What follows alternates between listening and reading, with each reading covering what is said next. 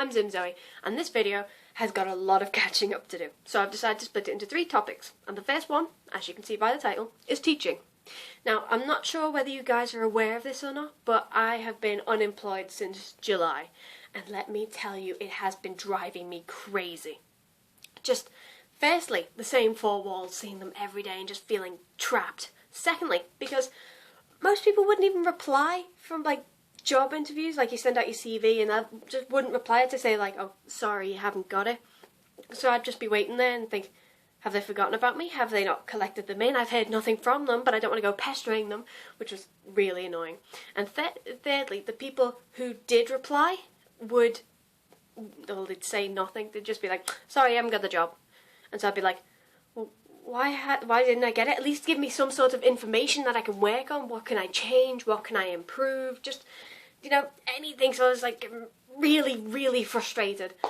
But I got a phone call a fortnight ago from one of the people I'd applied for, and they decided to do an interview on the phone. So I was pacing up and down in the living room, trying to be professional, thinking I'm going to get a job here.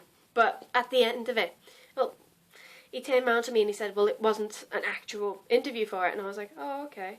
And so he turned around and he was saying that it was basically just sort of a mock interview because I applied for this thing and they said, well, we took a look at your CV and so we can't offer you this job because you haven't got certain qualifications, but we're offering to help you get them. And so I was like, go on. And he was like, well, if you've got this qualification, people will stop overlooking your CV. Because if it's a choice between one, you, without it, or somebody that has got it, then obviously they're going to choose the person that has got it. So I was very, and go on then. And then he was explaining that while I was getting the qualification on this 9-week course he was offering, he would be out searching for interviews for me, so that when I'd got the qualification and finished the course, I could go straight into those interviews and just go yeah, I've done all this and this, that and the other, and then he would continue finding jobs for me, and I was like, well, that's fantastic. So that's a step towards a job that I want, and I should be in a job by January. Plus, rather than getting me things that I don't need for Christmas, I don't know, DVDs or chocolates, people have got the option now to sort of oh, well, I've had to pay for this course, do you mind putting some money towards it? And I can say oh, you paid this much sort of off the course as a Christmas present, and people seem to be happy with that. However, I have already received one Christmas gift, which brings me to the second topic. Can't even talk. Second topic, which is Todd. On Saturday the 14th of November, I went to see Sweeney Todd at the Liverpool Empire. That was performed by the Welsh National Opera. Not sure if you guys can see that or not. And I thought it was absolutely fantastic. I was sat there miming along to every song, whilst 2 seats down from me, my mum had never seen it, and she thoroughly loved it. There's something about seeing it performed live, seeing anything performed live, that brings a whole new atmosphere to it. And for me, having the orchestra right there, it's just sort of, it leaves me speechless, it really does. So I will try and show you the cast list now. Ooh. Let's scroll this one.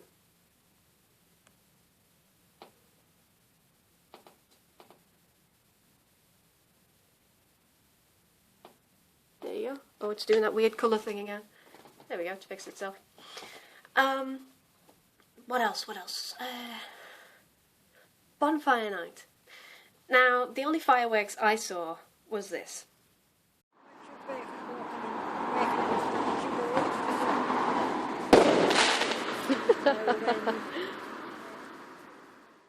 And I saw that stood at the bus stop, waiting for the bus home from band rehearsal.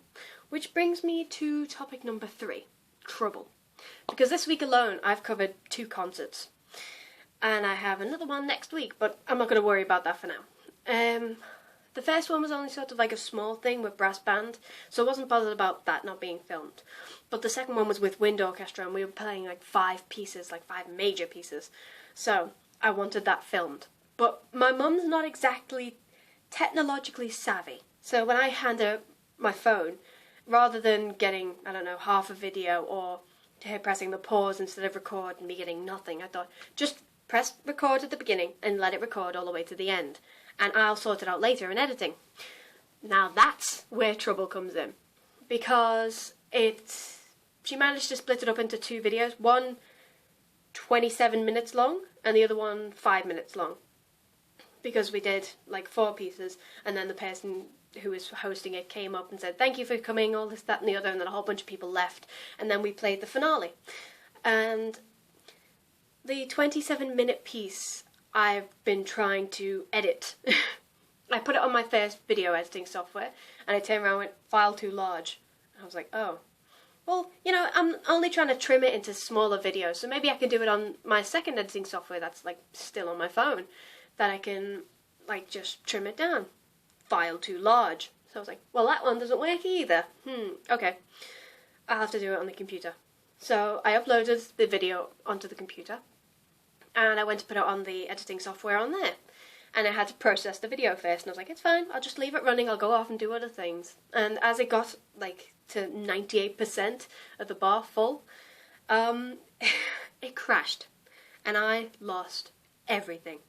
Well, not the video itself, but all the time I'd spent waiting for the video to process, and it just crashed.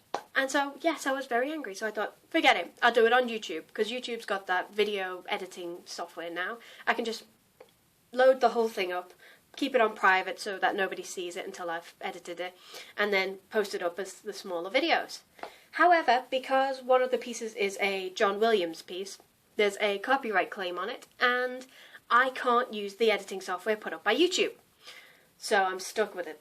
And so I thought, well, what about on the internet? There's bound to be some things that allow me to trim videos on there. So I signed up for one, and it turned around and went, file too large. Great. Signed up for another, file too large.